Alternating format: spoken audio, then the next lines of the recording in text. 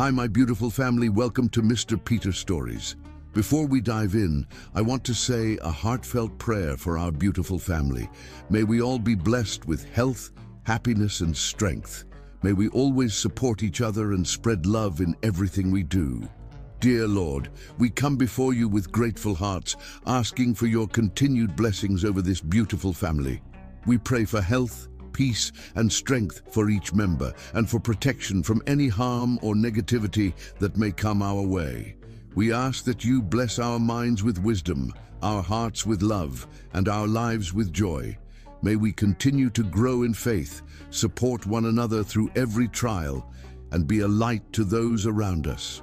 Lord, please watch over Binta and grant her the healing and strength she needs during this time. We trust in your grace and hold on to the hope you provide. Amen. Now, how was the last story? Did you enjoy it?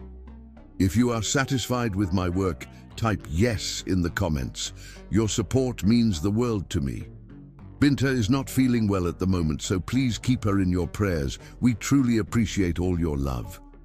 And have you told your friends and family about my work? Let's continue to grow together and share these beautiful stories. Let's begin with love. The late afternoon sun cast long shadows through the towering glass windows of Prince Industries, painting golden streaks across the pristine marble floor. Zara Sweet stood in the cavernous foyer, her reflection fractured across the polished surfaces surrounding her. Her hands trembled slightly as they clutched the leather portfolio, a weight far heavier than its physical presence suggested. Inside that portfolio lay the evidence of her stepfather, Andrew Simmons' betrayal. Detailed financial records showing nearly $2 million systematically drained from the company's charitable foundation. Each document represented another crack in the foundation of her world, another thread in the web of lies that had ensnared her family. The security guard at the desk kept glancing her way, perhaps noting how she seemed out of place in her simple navy dress among the parade of power suits and designer wear. Zara had spent her last savings on this outfit, knowing this meeting could determine not just her future, but her father's fate as well. She reached up to touch the small silver locket at her throat, her mother's final gift before passing away 6 years ago. The familiar gesture brought little comfort today. "Miss Sweet," the executive assistant's voice cut through her thoughts. "Mr. Prince will see you now." Zara followed the clicking of the assistant's heels across the lobby, each step echoing like a countdown. The elevator ride to the 50th floor was silent, save for the soft hum of machinery and the pounding of her heart.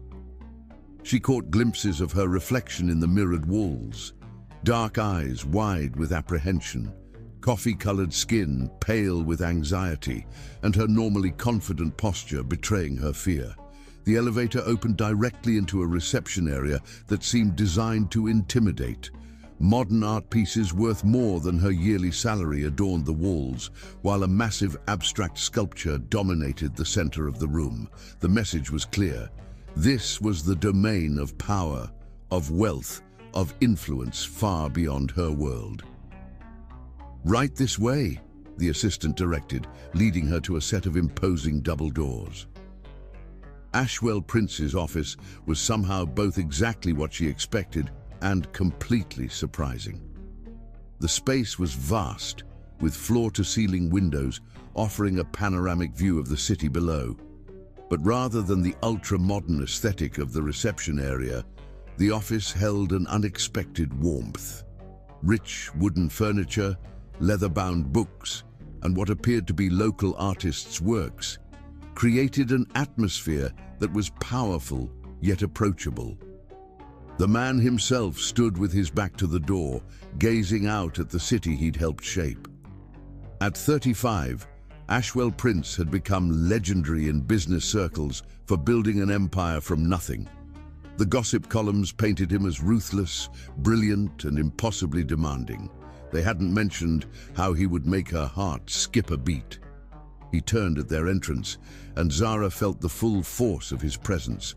Tall and broad-shouldered, he carried himself with the easy confidence of someone who never questioned their place in the world. His charcoal suit was impeccably tailored, but it was his eyes that captured her attention. Deep brown and startlingly perceptive.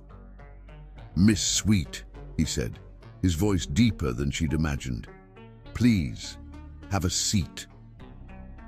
The assistant disappeared, closing the doors behind her with a soft click that seemed to seal Zara's fate. She perched on the edge of one of the leather chairs facing his desk, clutching the portfolio like a shield. "I understand you have something urgent to discuss." Prince settled into his chair, studying her with an intensity that made her skin tingle. Zara swallowed hard, trying to find her voice. The carefully prepared speech she'd rehearsed all morning evaporated under his gaze. "Mr. Prince, I'm here about the Foundation's missing funds." His expression didn't change, but something shifted in his eyes. "Continue." With trembling fingers, Zara opened the portfolio and began laying out documents on his desk. Bank statements, transfer records, falsified reports, the paper trail of destruction her stepfather had left in his wake. $2 million, she said softly, systematically diverted over the past 18 months. Prince picked up one of the documents, scanning it with practiced ease. "And you're bringing this to my attention because it was my stepfather, Andrew Simmons." The words felt like ashes in her mouth. "And because I want to make it right." He set down the paper, leaning back in his chair. "These funds were meant for children's education programs, medical assistance for families in need, community development projects. The damage done isn't just financial." "I know." Zara's voice cracked slightly. "I teach at one of the schools that receives foundation support. I've seen firsthand the difference these programs make." Something flickered across Prince's face. Surprise, perhaps, or interest. "Yet you're here defending the man responsible?" "No." Zara straightened her spine, drawing on reserves of strength she didn't know she had. "I'm here to offer a solution. My stepfather has assets, properties. I have documentation of all of them. They can be liquidated to repay the foundation." "That's a start." Prince stood, walking to the window. The setting sun painted his profile in shades of gold and shadow. "But it doesn't address the breach of trust, the foundation's reputation, the potential scandal if this becomes public." Zara's heart sank. She'd known it wouldn't be simple, but hearing him say it made it real. "Please," she whispered, her voice thick with unshed tears. "I'll do anything to protect my father. He's sick. His heart. The stress of arrest, imprisonment. It would kill him." Prince turned back to her, his expression unreadable. "Anything?" The word hung in the air between them, heavy with possibility and danger. Zara met his gaze steadily, despite the fear coursing through her veins. "Within legal and ethical bounds, yes. I'm not here to trade one wrong for another." A ghost of a smile touched his lips. "Admirable principles, Miss Sweet. But what exactly are you offering?" "My time, my skills. I can work to repay the debt, nights, weekends, whatever it takes." She gestured to the documents on his desk. "I found all of this. I can help prevent it from happening again. Strengthen your security protocols, review procedures." An interesting proposal. Prince returned to his desk but remained standing, his presence looming over her. "But I have plenty of accountants and security consultants. What makes you unique?" Zara stood as well, refusing to be intimidated. "Because I care. About the Foundation's mission. About the people it helps. About making things right." She took a deep breath. "And because I'm willing to do whatever it takes to protect my family while ensuring justice is served." Prince studied her for a long moment, and Zara felt as though he was seeing straight through to her soul. Finally, he spoke. 3 nights. "I'm sorry?" The foundation hosts 3 major charitable events in the next 2 weeks: galas, auctions, benefits, essential for maintaining donor relationships and public trust.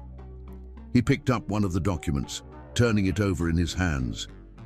Attend them with me. Help demonstrate that all is well with the foundation. Your presence as someone connected to both sides of this situation could help smooth over any concerns that might arise. Zara's mind raced. It wasn't what she'd expected, but it seemed almost too simple. And in exchange? In exchange, we keep this matter private. Your stepfather makes restitution through asset liquidation, as you suggested. No criminal charges, no public scandal. His eyes locked with hers. But Miss Sweet, understand this. If you agree, you must commit fully to the role. These events require sophistication, charm, the ability to navigate complex social waters while maintaining absolute discretion. The implications were clear. She would have to play the part of someone from his world, someone worthy of being seen on Ashwell Prince's arm. The challenge was enormous, but the stakes were even higher. Do we have a deal?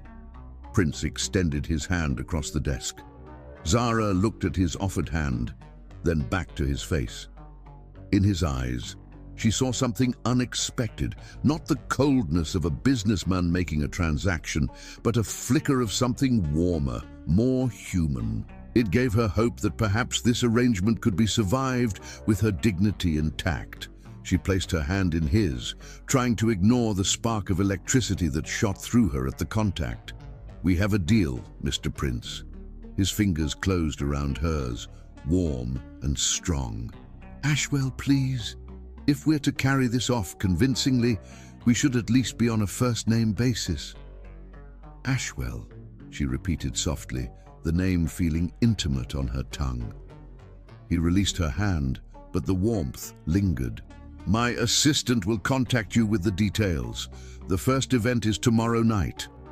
He paused, then added, Don't worry about attire. Everything will be arranged. Zara gathered her documents with trembling fingers, her mind already spinning with the implications of what she'd agreed to. As she reached the door, his voice stopped her.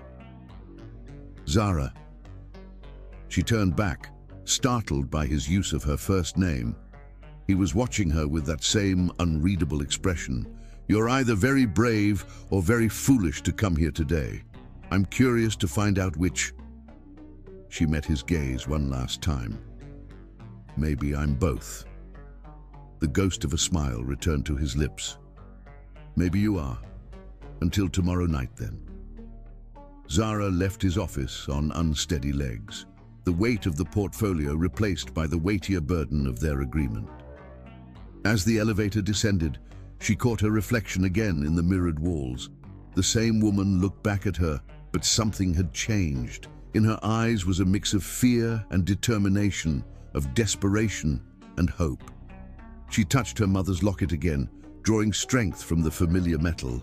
I'll make this right, she whispered to her reflection, whatever it takes. The marble foyer seemed different on her way out, the golden sunlight replaced by the deep blues of approaching evening. As she stepped out into the cooling air, Zara felt the first stirrings of something unexpected beneath her anxiety and fear, curiosity about the man she'd just met and the 3 nights that lay ahead. What she couldn't know then was how those 3 nights would change everything, her world, her heart, and the very course of her life. Chapter 2. The first evening. The dress arrived at precisely 3 p.m., carried by a white-gloved courier who handled the garment bag as if it contained spun gold. Zara's hands trembled as she unzipped it, revealing a creation that took her breath away. The gown was midnight blue, the color of dreams and distant stars, with delicate beading that caught the light like dewdrops at dawn. A note accompanied the dress, written in bold, precise handwriting. For tonight's Children's Hospital benefit, a car will arrive at 7 a.m. In her tiny apartment bathroom, she spent hours preparing, trying to transform herself into someone worthy of such finery. Her natural curls she styled into an elegant updo, letting a few tendrils frame her face. The dress fit as if it had been made for her, which, she realized with a start, it probably had been. At exactly 7 p.m., a sleek black car pulled up outside her building. The driver opened the door, revealing Ashwell Prince sitting inside, his tuxedo making him even more devastatingly handsome than he'd been in his business suit. He stood as she approached, his eyes widening slightly as he took in her appearance. "You look..." He paused, seeming to search for the right word. "Perfect." The simple compliment sent warmth spreading through her chest. "Thank you," she murmured, accepting his hand as she slid into the car. "The dress is beautiful." "The dress is merely a frame," he replied, his voice low. "You're the masterpiece." The ride to the benefit was filled with soft tension, like the air before a storm. Ashwell briefed her on the evening ahead, key donors she would meet, the Foundation's recent achievements, the delicate politics of philanthropy. Zara absorbed it all, determined not to let him down. "Remember," he said as they approached the venue, "tonight isn't about the money that was taken, it's about the children we're helping." His use of "we" wasn't lost on her. "I understand." The Children's Hospital benefit was being held at the city's most prestigious hotel, its grand ballroom transformed into a glittering wonderland. Crystal chandeliers cast rainbow light across the crowd, while soft classical music wove through the air. Zara felt the weight of eyes upon them as they entered, Ashwell's hand resting lightly at the small of her back. "Ashwell." A woman in her 60s approached, dripping in diamonds and goodwill. "We were beginning to think you wouldn't make it, Mrs. Blackwood." Ashwell smiled warmly. "I wouldn't miss it. May I introduce Zara Sweet? She's one of our Foundation's most passionate advocates." Zara felt a surge of gratitude at his careful introduction, technically true, while revealing nothing of their complicated arrangement. She smiled and extended her hand. "It's wonderful to meet you.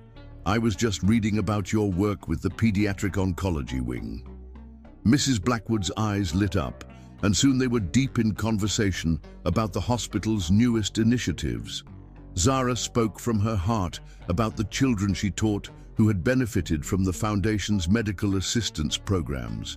She didn't have to fake her passion or her knowledge. This was her world, even if the glittering ballroom wasn't. As they moved through the crowd, Zara felt Ashwell's gaze on her frequently. Each time she successfully navigated a conversation or charmed another donor, she caught a flash of something in his eyes. Approval, perhaps, or surprise. During dinner, they were seated with the hospital's chief of pediatrics and several major donors. The conversation flowed easily, touching on everything from the latest medical technologies to the arts program Zara had helped establish at her school. "You never mentioned you were an artist," Ashwell murmured as the plates were being cleared. "There's a lot we don't know about each other," she replied softly. His eyes held hers for a moment longer than necessary. "I'm beginning to see that." After dinner came dancing. Ashwell led her onto the floor as the orchestra began a waltz. His hand was warm against hers, his other hand resting properly at her waist. They moved together as if they'd danced 1,000 times before. "You're full of surprises," he said as they twirled past other couples. "Where did you learn to dance like this?" "My mother," Zara answered, a bittersweet smile touching her lips. "She believed every girl should know how to waltz. We practiced in our living room, counting steps while my father played old records." "Tell me about her," Ashwell said, his voice gentler than she'd ever heard it. So she did. As they danced, Zara shared stories of her mother's strength, her creativity, her unwavering belief in education as the key to a better future.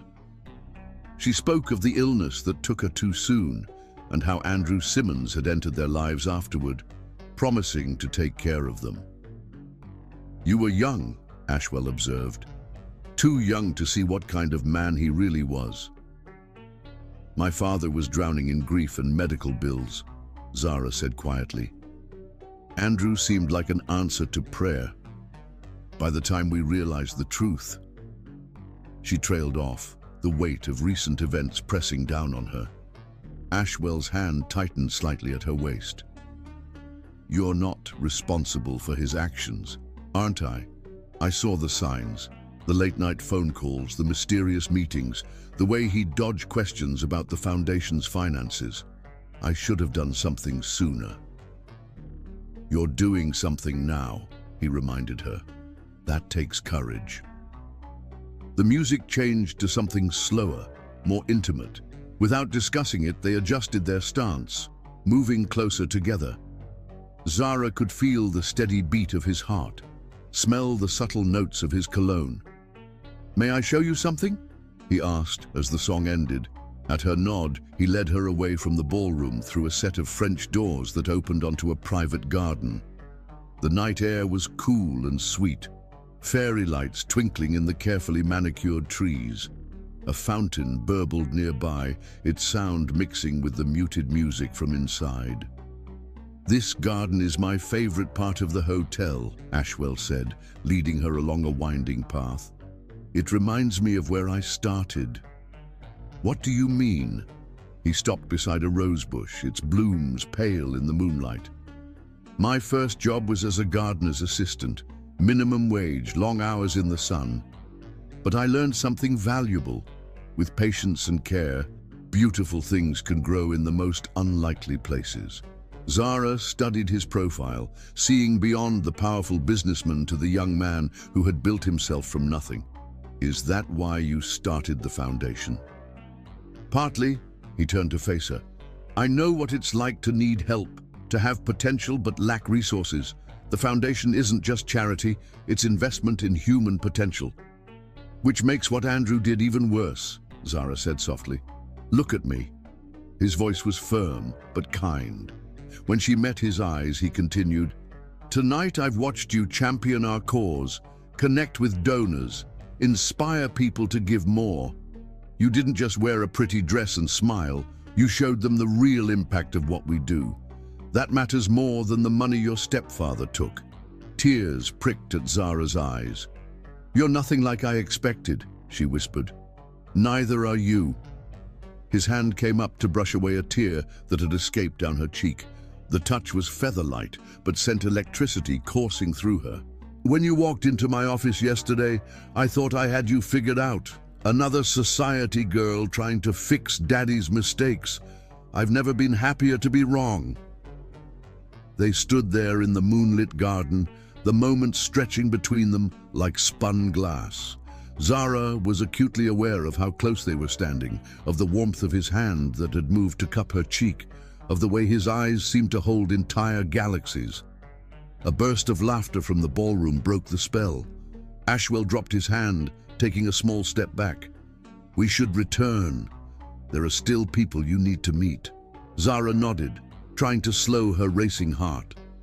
As they walked back toward the light and music, she felt different, stronger somehow, more certain of herself.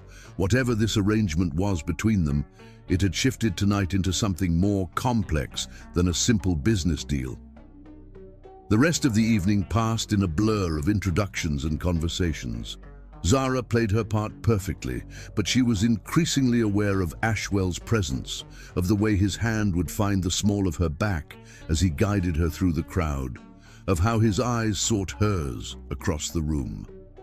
When the car finally dropped her at her apartment in the early hours of the morning, Zara felt as though she'd stepped out of a dream. But the memory of Ashwell's touch on her cheek, the warmth in his eyes as he'd watched her dance, those felt more real than anything in her regular life. She carefully hung up the beautiful dress, her fingers lingering on the beading. 2 more nights, she reminded herself. 2 more nights to navigate this delicate dance between obligation and attraction, between past and future, between the woman she was and the woman she was becoming. As she finally drifted off to sleep, Zara's dreams were filled with moonlit gardens and the echo of a waltz. In them, she was dancing with a man whose eyes held galaxies and whose touch could make her heart forget every reason why falling for him would be dangerous. The first night was over, but its effects would ripple through all that was to come, changing both of them in ways neither could have predicted. Chapter 3. Unexpected Understanding. The Metropolitan Museum's Grand Hall had been transformed for the Foundation's annual art auction. Paintings and sculptures lined the walls, each piece carefully chosen to represent hope, healing, and humanity's capacity for growth. Zara stood before a particularly striking canvas, losing herself in the swirls of color that seemed to pulse with their own inner light. This evening's gown was emerald green silk that whispered against the marble floor as she moved. Unlike the previous night's fairy tale elegance, this dress spoke of sophistication and subtle power. Her hair fell in soft waves down her back, and the only jewelry she wore was her mother's locket.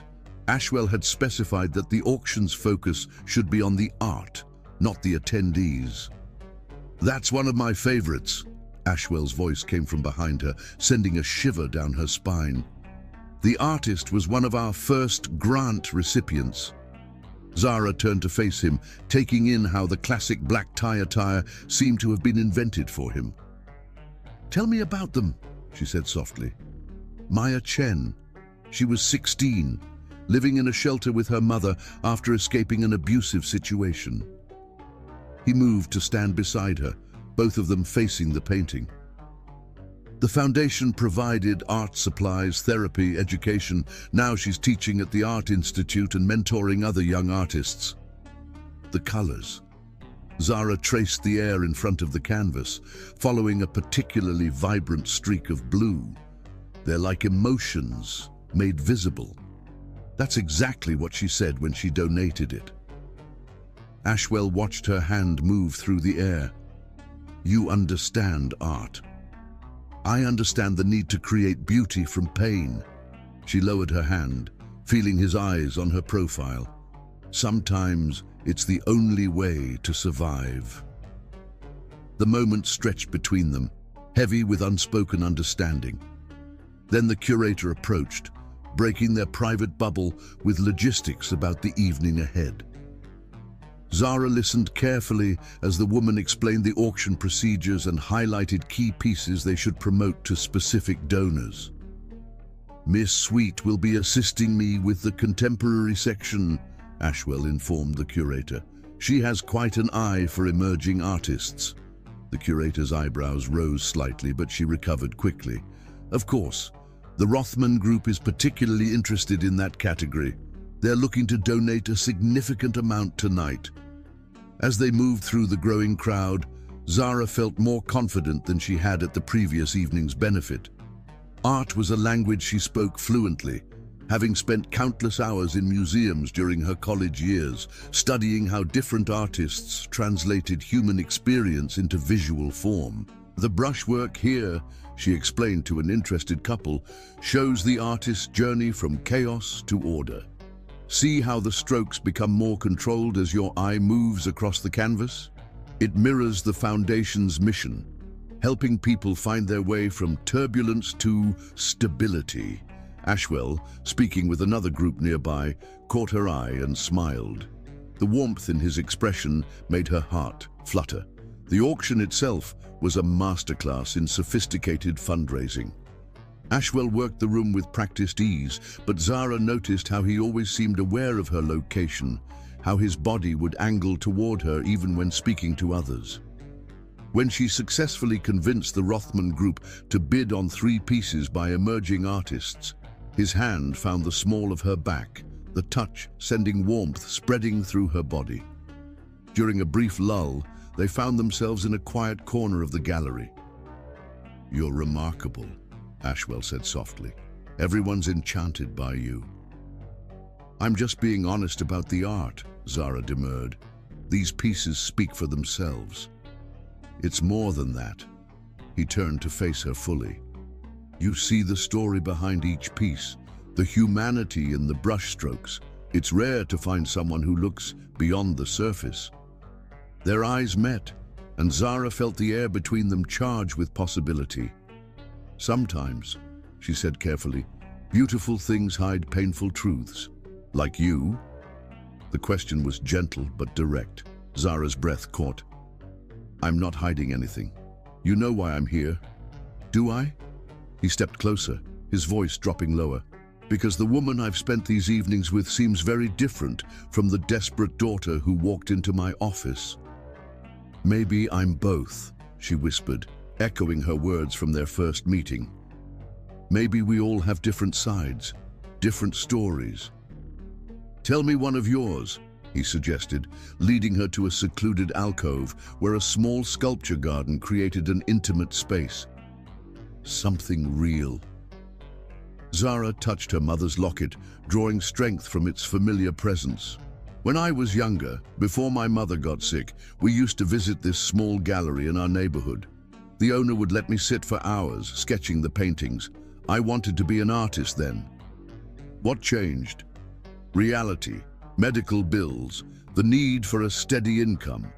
She smiled sadly. "Teaching art to children became my compromise, a way to keep the dream alive while being practical." "And now, do you still create?" "Sometimes, late at night when I can't sleep." She looked down at her hands. "I have a drawer full of sketches I've never shown anyone." "I'd like to see them someday," Ashwell said quietly.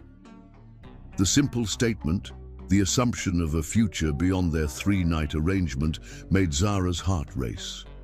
"Your turn," she said, trying to steady herself. "Tell me something real about you." He was quiet for a moment, considering. "When I was building the company, I lived in my car for 6 months, showered at a gym, worked out of public libraries, wore the same 3 suits rotated carefully to maintain appearances. Every morning, I'd park outside this museum and watch people going in and out, promising myself that someday I'd be able to walk through those doors without counting the cost of admission." Zara studied his face, seeing beyond the polished exterior to the hunger and determination that must have driven him. "That's why you started the foundation?" "Partly." He smiled slightly. "I remember what it's like to have potential, but lack resources. To know you could achieve something if you just had a chance." His expression darkened. "Which is why your stepfather's actions hit so hard. That money wasn't just numbers on a page, it was opportunities stolen from people who needed them." Shame washed over Zara. "I'm so sorry," she whispered. "No." His hand caught her chin, gently forcing her to meet his eyes. "We've been through this. You're not responsible for his choices." "But I am responsible for making it right," she insisted. "Is that all this is to you? Making things right?" The question hung in the air between them, heavy with implication. Zara's heart pounded as she realized how close they were standing, how his hand had moved from her chin to cup her cheek, how his eyes seemed to draw her in like gravity. She started, but was interrupted by the curator calling for Ashwell's attention.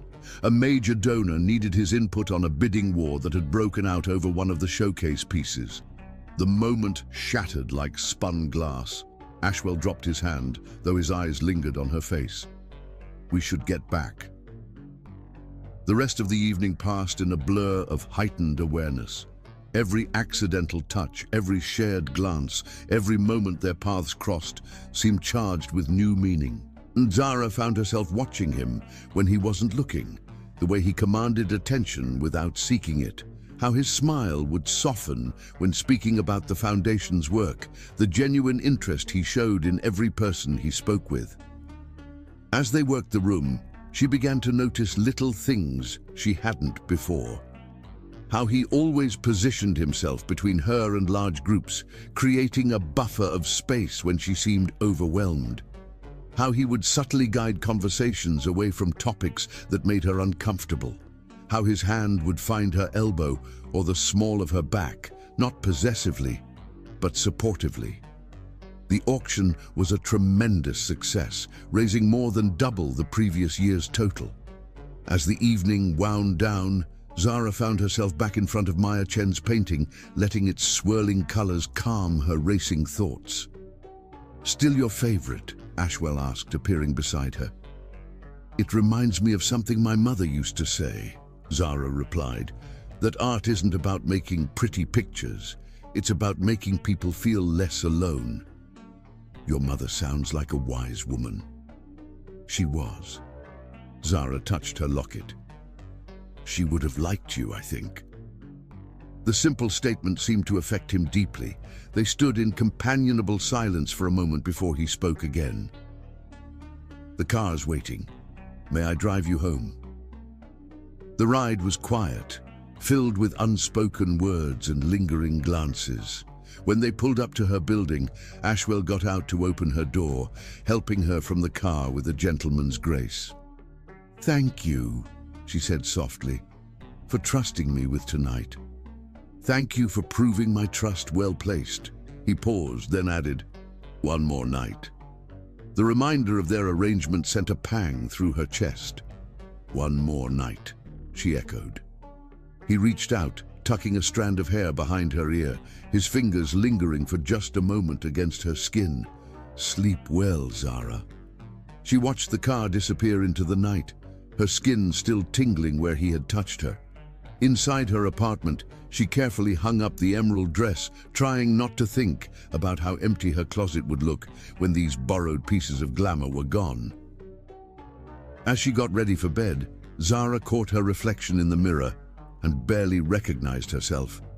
It wasn't the sophisticated makeup or the elegant hairstyle, it was the look in her eyes, the way she held herself, as if something fundamental had shifted in her core.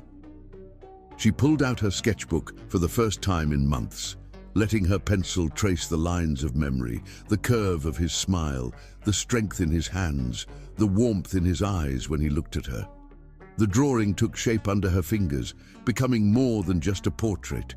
It was a confession in graphite and shadow, a truth she wasn't ready to speak aloud.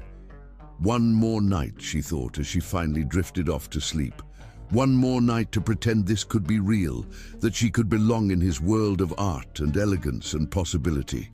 One more night before reality reclaimed her, before she had to remember who she really was and why she was really there. But as she dreamed, her mind replayed the moment in the sculpture garden, the feeling of his hand on her cheek, the question in his eyes that she hadn't had the chance to answer.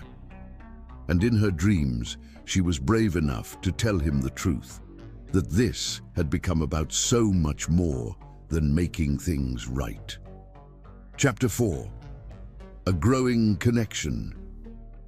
The symphony hall glowed like a jewel in the evening light, its classical architecture a testament to timeless beauty. Inside, the atmosphere crackled with anticipation, not just for the night's performance, but for what it represented. This was the final evening of Zara and Ashwell's arrangement, and both felt the weight of ending hovering over them like a shadow.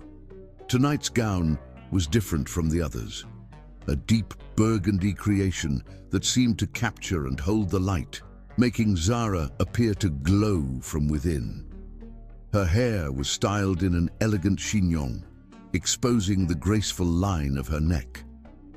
When she'd seen herself in the mirror, she hardly recognized the sophisticated woman looking back at her. The car ride to the symphony had been quieter than usual, filled with unspoken words and stolen glances. Ashwell looked particularly handsome in his tuxedo, but there was a tension in his jaw that hadn't been there before. Several times he seemed about to speak, only to fall silent again. Now, as they made their way through the grand foyer, Zara was acutely aware of his hand at the small of her back, of how natural it felt to walk beside him, of how many eyes followed their progress. In just 3 nights, they had become a recognized pair in this glittering world of philanthropy and power. "The program tonight is particularly special," Ashwell murmured as they greeted various foundation board members. Tchaikovsky's Symphony No. 6, the Pathétique. It was his final symphony, written from the depths of his soul. "I know it," Zara replied softly.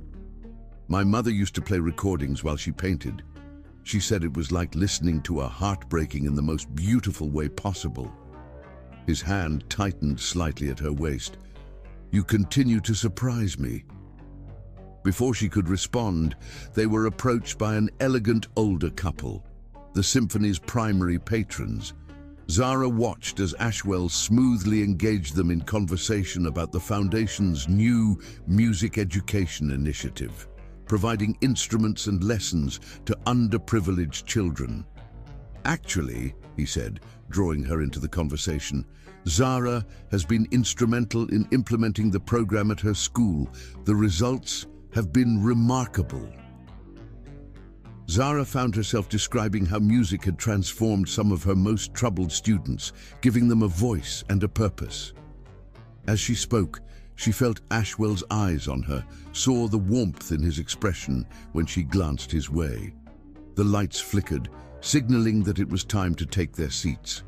Their box was perfectly positioned, offering an intimate view of the orchestra while maintaining a sense of privacy. As they settled in, Zara became aware of how close they were sitting, of how their arms brushed whenever either of them moved. The first notes of the symphony filled the hall, rich and deep, full of longing. Zara closed her eyes, letting the music wash over her. When she opened them again, she found Ashwell watching her instead of the orchestra, an intensity in his gaze that made her breath catch. Slowly, deliberately, he reached for her hand where it rested on the armrest between them. His fingers interlaced with hers, the touch sending electricity through her veins. They sat like that through the first movement, connected by this simple point of contact, neither willing to break the spell. During the intermission, they remained in their box, speaking in low voices about everything and nothing. Their favorite composers, childhood memories, dreams they'd held close to their hearts. It was the most personal conversation they'd had, yet it felt as natural as breathing. "My father used to say that music was God's way of reminding us we're not alone," Zara said, leaning against the balcony rail. "That no matter what we're feeling, someone else has felt it too, strongly enough to turn it into song." "Wise man," Ashwell replied, standing close enough that she could feel the warmth radiating from his body. "Is that why you fought so hard to keep the arts program at your school?" "Partly." She turned to face him. "Art, music, they're not luxuries. They're lifelines. Sometimes they're the only way to express what's too big for words. Like what you're feeling right now." His voice was soft, his eyes searching hers. Zara's heart thundered in her chest. "I dot." Her phone buzzed in her clutch, the harsh intrusion of reality breaking the moment. She glanced at the screen and felt her blood run cold. 3 missed calls from Andrew. Ashwell noticed her change in expression immediately. "What is it?" "My stepfather," she whispered, her hand trembling slightly as she put the phone away. "He's been calling." "Has he been pressuring you about our arrangement?" "No, I haven't told him the details, but he keeps asking questions, wanting to know if everything's taken care of." She wrapped her arms around herself, suddenly chilled despite the warmth of the evening. Ashwell stepped closer, his presence solid and reassuring. "You don't have to deal with him alone anymore." "Don't I?" She looked up at him, vulnerability clear in her eyes. "After tonight, our arrangement is over. You've been more than generous, giving me this chance to make things right. But let's not pretend it's more than what it is." "And what exactly do you think this is?" He caught her chin gently, forcing her to maintain eye contact. "Because from where I'm standing, it stopped being just an arrangement somewhere between your passion for art and the way you light up when talking about your students." The second movement began below, the music swelling with hope and yearning. Zara felt tears pricking at her eyes. "Please don't," she whispered. Don't make this harder than it has to be. Stay for one more evening, he said suddenly. Not for any deal or arrangement, just because you want to. The invitation hung in the air between them, full of possibility and danger. Before Zara could respond, they were interrupted by the return of other patrons to nearby boxes. The moment shattered, leaving them both aching with words unsaid.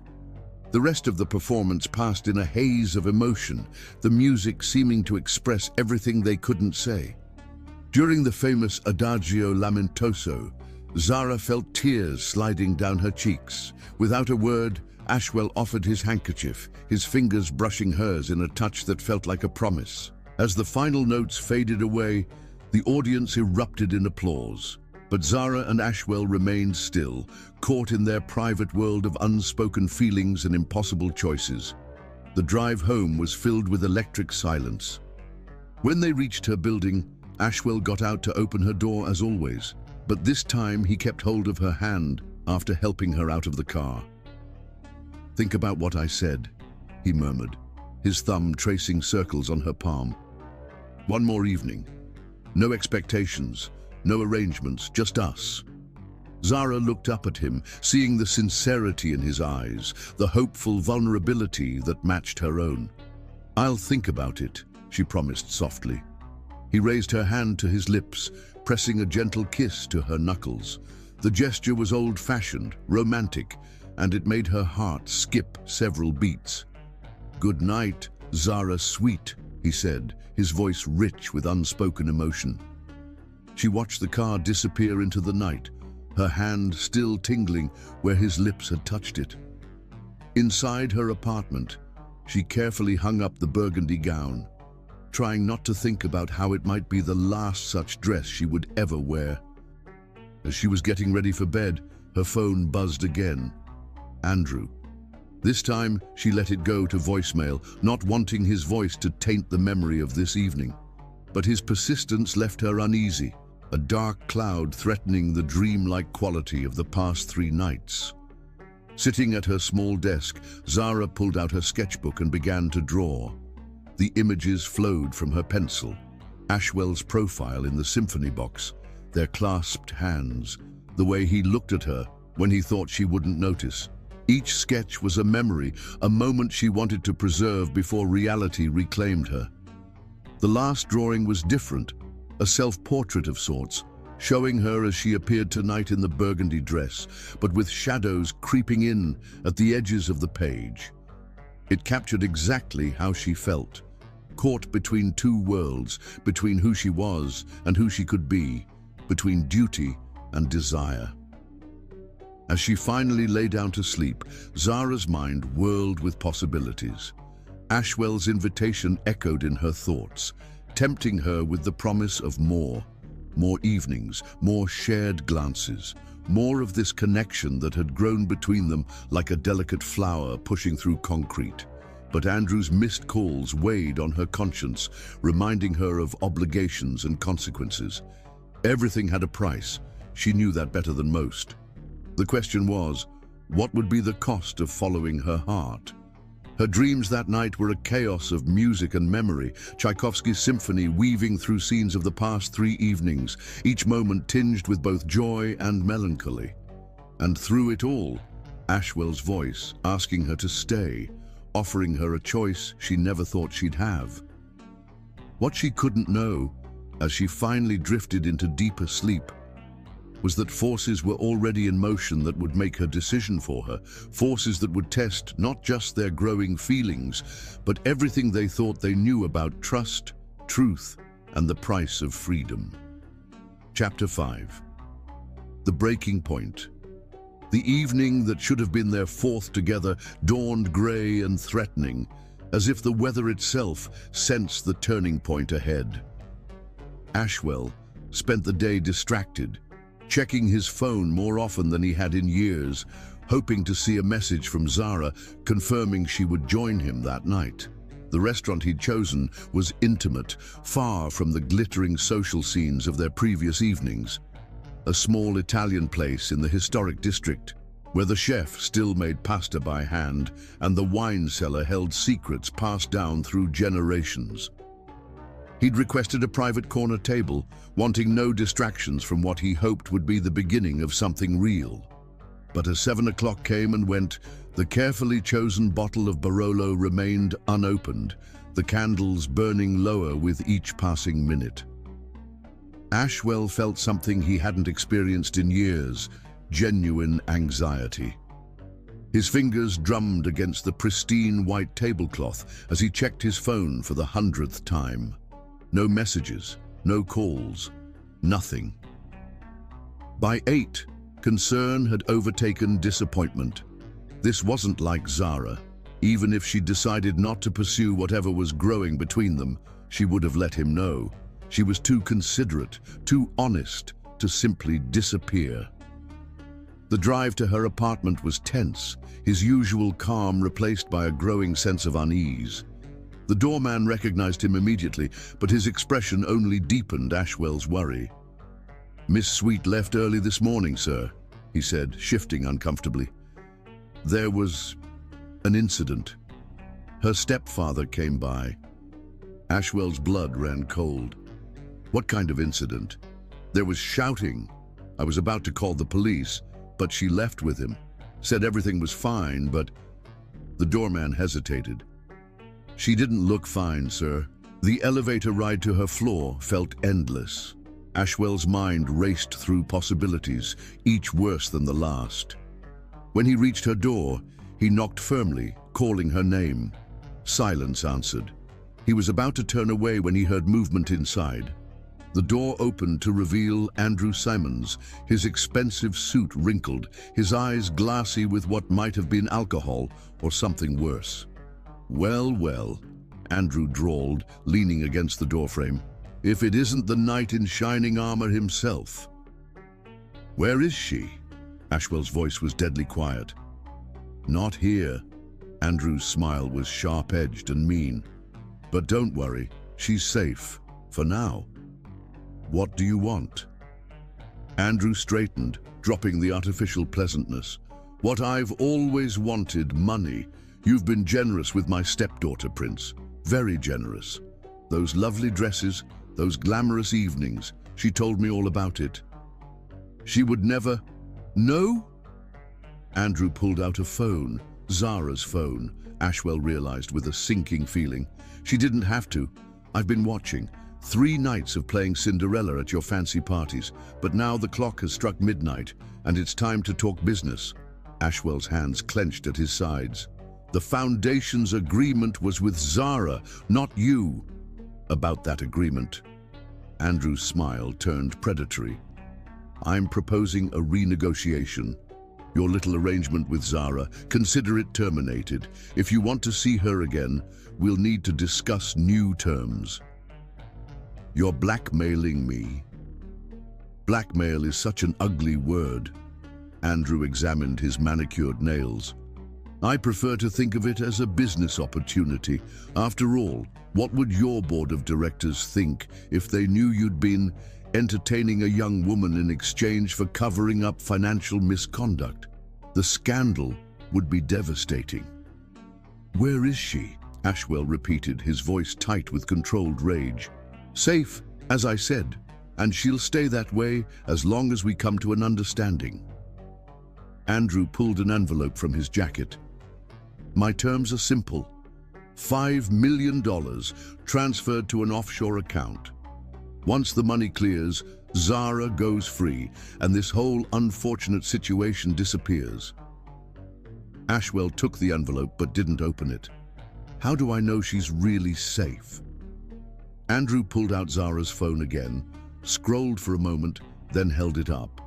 The photo showed Zara in what appeared to be a small room, her face tear-stained but defiant.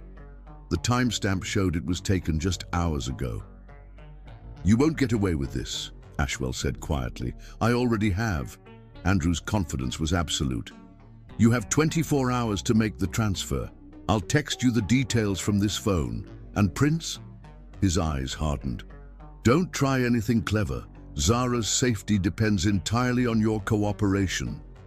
The door closed in Ashwell's face, leaving him alone in the hallway with the envelope and a storm of emotions he hadn't felt in years. Rage, fear, guilt, but underneath it all, a cold, calculating determination. Back in his car, he opened the envelope. Inside were banking details and a typed note reiterating the threats. But there was something else. A small piece of paper that had fallen into his lap. He recognized Zara's handwriting immediately. "Don't trust him. Storage Unit 247. Be careful." The note was smeared as if written in haste, but it was unmistakably hers. Ashwell started the car, his mind already formulating plans. Andrew might think he held all the cards, but he had underestimated two very important things: Ashwell's resources and Zara's intelligence. The next few hours were a blur of activity. Calls were made, surveillance footage was reviewed, and pieces of a puzzle began falling into place. Andrew's desperation wasn't just about money, it was about survival. His gambling debts went far deeper than the foundation theft, and the people he owed weren't known for their patience. By midnight, Ashwell had a clearer picture of what they were dealing with. The storage facility was easy to find, one of those anonymous places on the outskirts of the city. Unit 247 was registered to a shell company that took only minutes to trace back to Andrew. But timing was crucial. If Andrew suspected his plan was unraveling, Zara could be in even more danger. Every move had to be calculated, every contingency planned for. In his office, surrounded by the evidence of his success, Ashwell felt a deeper truth settling into his bones. The past 3 nights hadn't been an arrangement or a business deal. They'd been an awakening, showing him what was missing in his carefully constructed world. He picked up his private phone and made one final call. "It's time," he said simply. "Put everything in motion." As dawn approached, storm clouds gathered over the city. In a small room somewhere, Zara waited, holding on to hope and the knowledge that she'd managed to leave a clue. And in his office, Ashwell Prince prepared for battle, not with the weapons of the business world, but with something far more powerful: the determination of a man who had finally found something worth fighting for. The next 24 hours would change everything. Lives would be transformed, truths would be revealed, and the price of freedom would finally be paid, not in money, but in courage, trust, and the kind of love that breaks all chains. Thunder rolled in the distance as Ashwell checked his watch one last time. The countdown had begun, and with it, the real test of what had grown between him and Zara in those 3 magical nights. This was no longer about arranged evenings or social obligations. This was about protecting someone who had become more precious to him than any business deal or social standing. In the growing storm, he allowed himself one moment of pure emotion, remembering Zara's smile, the way her hand felt in his, the depth of understanding in her eyes when she looked at him. Then he locked those feelings away, letting cold determination take their place. Andrew Simons had no idea what he'd awakened. Not just a wealthy businessman, but a man who had found something worth any price to protect. The game was about to change, and Ashwell Prince was playing for keeps. Chapter 6. The Search. The storm that had threatened all night finally broke over the city, rain lashing against the windows of Prince Industries' executive floor. Ashwell stood at the floor-to-ceiling windows, his reflection ghostly against the pre-dawn darkness. Behind him, his office had been transformed into a command center, multiple screens displaying surveillance footage, financial records, and a complex web of Andrew Simmons connections. "Sir," his head of security, James Chen, approached with a tablet. "We've got something from the storage facility's cameras." The footage was grainy, but clear enough to show Andrew's car arriving early that morning, Zara in the passenger seat. She appeared conscious, but distressed. More telling was the second car that arrived minutes later, a black SUV with tinted windows and no plates. Run facial recognition on the driver, Ashwell ordered, studying the blurry figure that emerged briefly from the SUV. And get me everything on Andrew's gambling contacts from the last 6 months. His private investigator, Maya Rodriguez, was already pulling up records. His debts go deeper than we thought, she reported, fingers flying over her keyboard. He owes money to the Constantine family. Ashwell's jaw tightened. The Constantines were notorious in the city's underground, loan sharks who had graduated to more sophisticated forms of financial crime. If they were involved, the situation was even more dangerous than he'd feared. There's more, Maya continued. Andrew's been moving money through a series of shell companies. Not just the foundation funds, we're talking tens of millions. He's been running a sophisticated embezzlement scheme across multiple organizations. The foundation was just the tip of the iceberg, Ashwell murmured. Zara had no idea. Sir? His assistant appeared with a burner phone. It's time for the scheduled check-in. Ashwell took the phone, his expression hardening. The call connected after one ring. Right on time. Andrew's voice was smug. Have you had a chance to consider my offer? I'm transferring the money now, Ashwell replied coldly. But I want proof Zara's okay. So concerned for my stepdaughter's welfare. Andrew chuckled. Don't worry, she's fine. A bit upset about missing your romantic evening, but she'll get over it. In the background, Ashwell could hear faint movement, what might have been a muffled voice. Let me speak to her. All in good time. First, the money. It's being processed. International transfers take time, even for me. Ashwell nodded to Maya, who was tracing the call. But Andrew, understand something. If anything happens to her, there won't be anywhere in the world you can hide. Threats don't become you, Prince. Andrew's voice hardened. Remember who holds the cards here. One word from me, and your precious reputation is ruined. The noble philanthropist, caught in a sordid scandal with an employee's daughter. The press would have a field day. You really think I care about scandal right now? No, Andrew admitted, but you care about her, and right now, her safety depends entirely on your cooperation. I'll call again in 2 hours. Have the money ready. The line went dead. Maya looked up from her computer. We got it. Signals coming from the industrial district near the old shipping yards. That's 10 miles from the storage facility, James noted. He's trying to create a false trail. Ashwell turned back to the windows, watching lightning split the sky. Tell me about the storage unit. Unit 247 is on the 2nd floor. James pulled up the facility's blueprints. Limited access points, good visibility of the surrounding area. If Andrew's holding her there, he chose well. No, Ashwell shook his head. Zara's note wasn't telling us where she is. It's telling us where to find something else. Something Andrew doesn't know about. Understanding dawned on Maya's face. Evidence. She's been gathering it for months, Ashwell confirmed. Protecting herself, building a case. The storage unit is where she kept it all. We can have a team there in 20 minutes, James offered. No, Ashwell grabbed his coat. I'm going myself. Andrew's watching the building. If he sees a tactical team, we lose our advantage. Sir, it's not safe. Have a team on standby, Ashwell cut him off.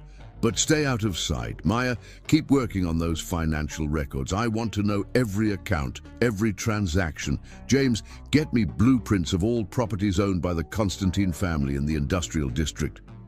The storm had intensified by the time Ashwell reached the storage facility. Rain drummed against his car's roof as he surveyed the area, noting the security cameras' positions. The facility was quiet at this hour, most of the lights off except for the essential safety illumination. Using the code he'd obtained from the facility's database, he entered through a side door, taking the stairs rather than the elevator. Unit 247 was halfway down a dimly lit corridor, its padlock identical to all the others. The lock's combination came from Zara's phone records, the last 4 digits she dialed before Andrew took her. Inside, the unit was meticulously organized. Boxes lined the walls, each labeled with dates and categories, but it was the laptop sitting on a small desk that caught his attention. The password prompt glowed in the darkness. Ashwell smiled slightly, remembering their conversation in the museum garden. He typed, "Beauty from pain." The screen came to life, revealing folders upon folders of documented evidence. Financial records, photographs, audio recordings.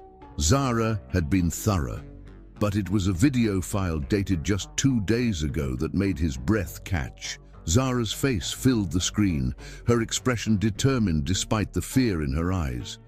If you're watching this, something's gone wrong. Andrew's been embezzling for years, not just from the foundation. The evidence is all here, organized by date and company. But that's not the worst of it. She glanced over her shoulder before continuing.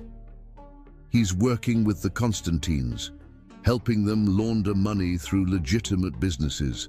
I have proof, account numbers, recordings, everything. The video ended with Zara looking directly into the camera, her voice soft but strong.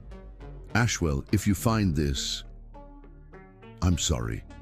I wanted to tell you everything, but I needed to be sure. Please be careful. Andrew's desperate, and desperate men are dangerous." Thunder crashed outside as Ashwell copied the files to a secure drive. His phone buzzed.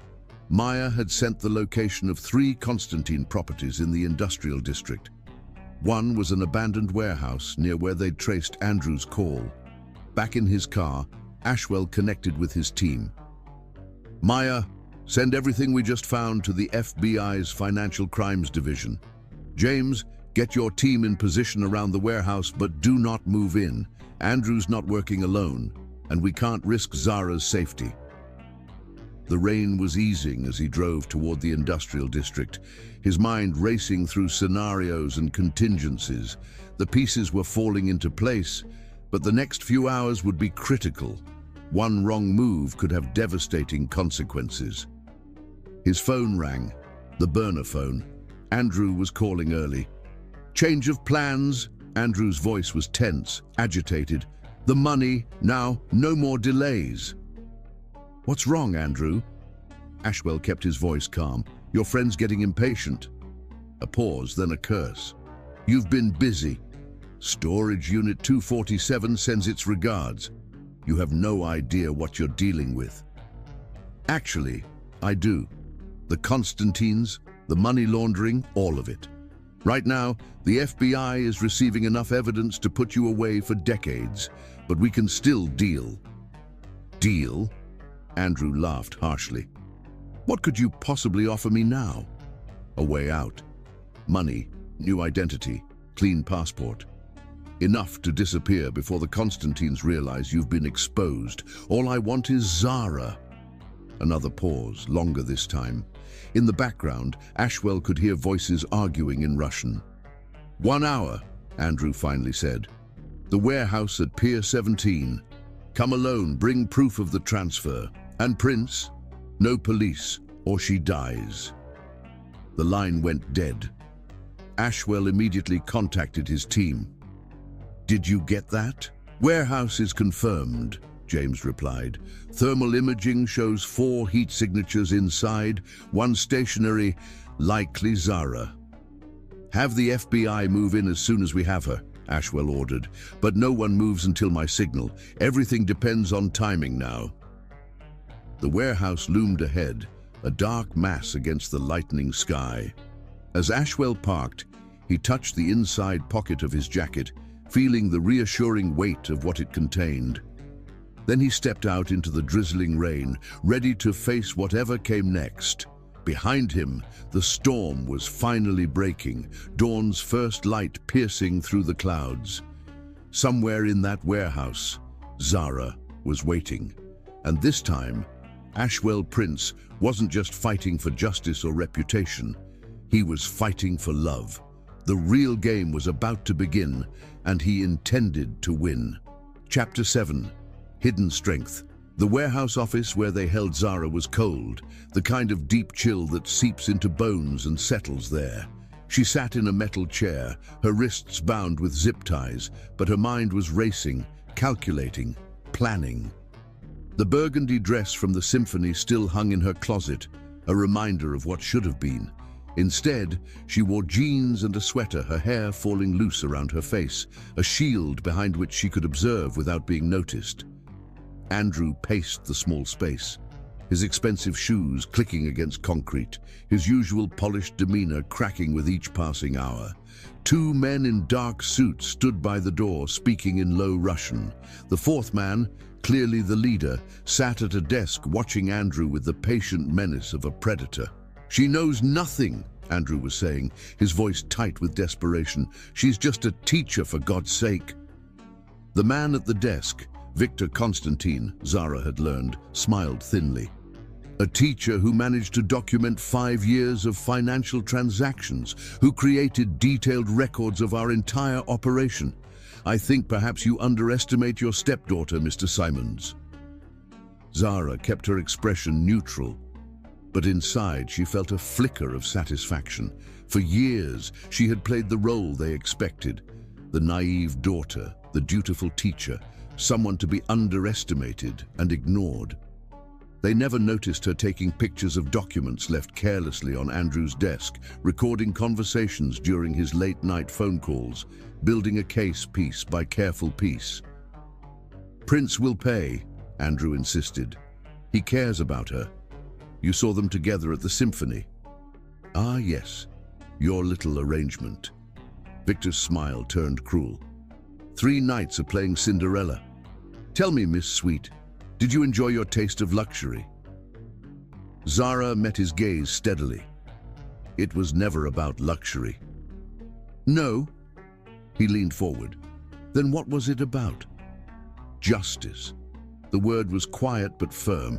"Everything I did, every piece of evidence I gathered, was about bringing the truth to light." Victor's eyes narrowed. "And what truth is that?" "That my stepfather isn't just a thief, he's a coward who preys on the vulnerable. That your family doesn't just break kneecaps anymore. You break entire communities with your schemes." Zara straightened in her chair. "I know about the shell companies, the fake charities, how you use them to launder money through legitimate businesses. I know everything." The silence that followed was deafening. Andrew had stopped pacing, his face drained of color. The guards by the door shifted uneasily. Victor stood slowly, walking around the desk to study her more closely. "Impressive. But tell me, what did you hope to achieve? Surely you must have known how dangerous this information could be." "I hope to protect people," Zara replied simply. "The children who lost opportunities because you stole from charitable foundations. The small businesses destroyed by your loan shark operations. The families torn apart by your schemes. Noble goals." Victor's voice was soft, dangerous, but perhaps misguided. "You see, the world is not so simple as you imagine. There are necessary evils, compromises that must be made." "There's nothing necessary about stealing from children," Zara cut him off. "Nothing noble about destroying lives for profit." A sharp crack echoed through the room as Victor slapped her. Zara's head snapped to the side, but she didn't make a sound. When she turned back to face him, her eyes were blazing. "Hit me all you want," she said quietly. "It doesn't change the truth, and it doesn't change the fact that right now, everything I've gathered is being delivered to the authorities." Andrew stumbled forward. "What? No, that's impossible. The storage unit was exactly where I wanted it to be." Zara smiled slightly. "Did you really think I wouldn't have a backup plan? That I wouldn't make sure the truth came out no matter what happened to me?" Victor's face darkened. "You've been playing a very dangerous game, Miss Sweet." "No game," she replied. "Just justice. Something neither of you would understand." The burner phone on the desk rang, cutting through the tension. Andrew lunged for it, his hands shaking as he answered. "Prince? Yes, she's alive." "No, you listen to me." Victor snatched the phone. "Mr. Prince, your reputation precedes you. Yes, she's here, but I'm afraid the situation has become more complicated." Zara could hear the low murmur of Ashwell's voice through the phone, but couldn't make out the words. Her heart ached, remembering how different things should have been tonight. They should have been at that Italian restaurant he'd mentioned, sharing wine and stories, exploring the connection that had grown between them over 3 magical nights. Instead, she was here, watching her carefully laid plans come to fruition in ways she hadn't quite expected. The evidence was safe. She'd made sure of that weeks ago, creating multiple backups, setting things in motion that couldn't be stopped, but the human cost, the danger to those she cared about, that was the variable she couldn't fully control. 1 hour, Victor was saying into the phone. Pier 17, come alone. He ended the call and turned to the guards. Search the building again. Make sure we're secure. As the guards left, Victor fixed his gaze on Zara. A remarkable woman. It's almost a shame. That you'll have to kill me? Zara's voice was steady. Go ahead. It won't change anything. The evidence is already out there, and Ashwell won't stop until he brings you all down. Such faith in your prince. Charming. Victor smiled coldly. But tell me, what makes you think he cares about anything more than his reputation? The scandal of your involvement could ruin him. Because I know him, Zara said simply. Not the businessman, not the philanthropist. The man who grew up with nothing, who understands the value of truth and justice. The man who sees beyond surfaces to what really matters. How romantic. Victor's tone was mocking. And what exactly do you think really matters? Zara thought of the quiet moments she'd shared with Ashwell, conversations about art and music, dreams and fears, the way he'd looked at her in the symphony box, how his touch had made her feel both safe and electrified. Love, she said softly. Truth. The courage to stand up for what's right, no matter the cost. Pretty words, Victor sneered. But words won't save you. No, Zara agreed, but they remind me why all of this was worth it. Through the high windows, she could see the storm breaking, dawn's first light painting the sky in shades of hope. Somewhere out there, Ashwell was coming. But he wasn't coming to rescue a damsel in distress. He was coming to stand beside a warrior who had already won the most important battle. The truth was out. Justice was in motion. Whatever happened in the next hour, Zara knew she had succeeded in what mattered most. The evidence she'd gathered would bring down not just Andrew's schemes, but an entire criminal empire. Children would have opportunities again. Families would be protected. Communities would heal. And if love waited on the other side of this darkness, well, that would be a victory sweeter than any she could have imagined when she first began this journey. The sound of approaching vehicles echoed through the warehouse. Victor moved to the window, his expression hardening. It seems your prince has arrived early. Zara closed her eyes briefly, touching her mother's locket in her mind. No, she whispered. Not a prince. Just a good man who understands that some things are worth fighting for. The game was reaching its end, but Zara Sweet had played her part perfectly, and now all that remained was to see justice done. Whatever came next, she was ready. Chapter 8. Justice unfolds dawn, painted the warehouse in shades of steel and gold as Ashwell Prince stepped from his car. The gravel crunched beneath his feet, each step measured and deliberate. In his hand, he carried a leather briefcase, the supposed ransom that would buy Zara's freedom. But in his pocket lay something far more valuable, a small data drive containing enough evidence to destroy an empire. Inside his ear, a nearly invisible communications device kept him connected to his team. James's voice came through clearly. 4 heat signatures on the 2nd floor. Ms. Sweet is in the northwest corner. FBI teams are in position. Ashwell didn't respond, couldn't, with Victor's men watching from the windows above. Instead, he walked steadily toward the entrance, his face a mask of careful control. But inside, His heart thundered with a mixture of fear and determination.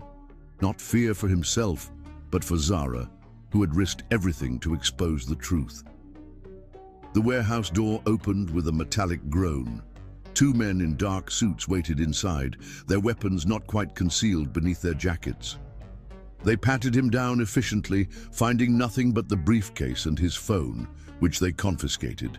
If they noticed the communications device, they gave no sign. "This way," one of them said in heavily accented English, gesturing toward a rusting staircase. The second floor was dim, despite the growing daylight, shadows clinging to the corners like old secrets. Ashwell followed his escorts down a narrow corridor, past empty offices and abandoned machinery. At the end of the hall, a door stood open, spilling fluorescent light into the gloom. His first glimpse of Zara nearly broke his composure. She sat straight-backed in a metal chair, her hands bound, but her eyes fierce and clear. A red mark bloomed on her cheek where someone had struck her, and Ashwell felt rage surge through his blood. But when their eyes met, he saw something in hers that steadied him, not fear or desperation, but quiet triumph. "Right on time," Victor Constantine said from behind an old metal desk, and looking remarkably calm for a man about to pay $5 million for a woman he's known less than a week. "The money's here." Ashwell placed the briefcase on the desk. "Now let her go." Victor smiled thinly. "Not quite yet. You see, we have a small problem. Your friend here has been quite busy, gathering evidence, documenting transactions, causing all sorts of trouble." "I know." Ashwell's voice was level. "That's why I'm here. To save her." Victor's smile widened. "How romantic. But tell me, Mr. Prince, what exactly are you saving her for? A few more nights of playing pretend in your glittering world? Or perhaps something more permanent? A beautiful story for the society pages? The wealthy businessman and the noble teacher who stole his heart? You don't understand anything about us." Zara spoke for the first time, her voice strong despite her situation. "No," Victor turned to her. "Then enlighten me. What is this great love story that's worth risking everything for?" "It's not about love," Ashwell said quietly, drawing Victor's attention back to him. "It's about justice." In that moment, several things happened at once. A series of explosions rocked the building, flashbangs detonating on multiple floors. The lights went out, plunging the room into chaos. And Ashwell moved with a speed that surprised everyone, especially Andrew Simons, who had been inching toward Zara with desperate intent. The guards reached for their weapons, but FBI teams were already pouring through windows and doors. Victor lunged for his desk drawer, but found himself staring down the barrel of a gun, Ashwell's gun, which he'd retrieved from a hidden holster while everyone was distracted by the flashbangs. "Don't," Ashwell said softly. "It's over." Andrew made a final panicked attempt to grab Zara, but she was ready.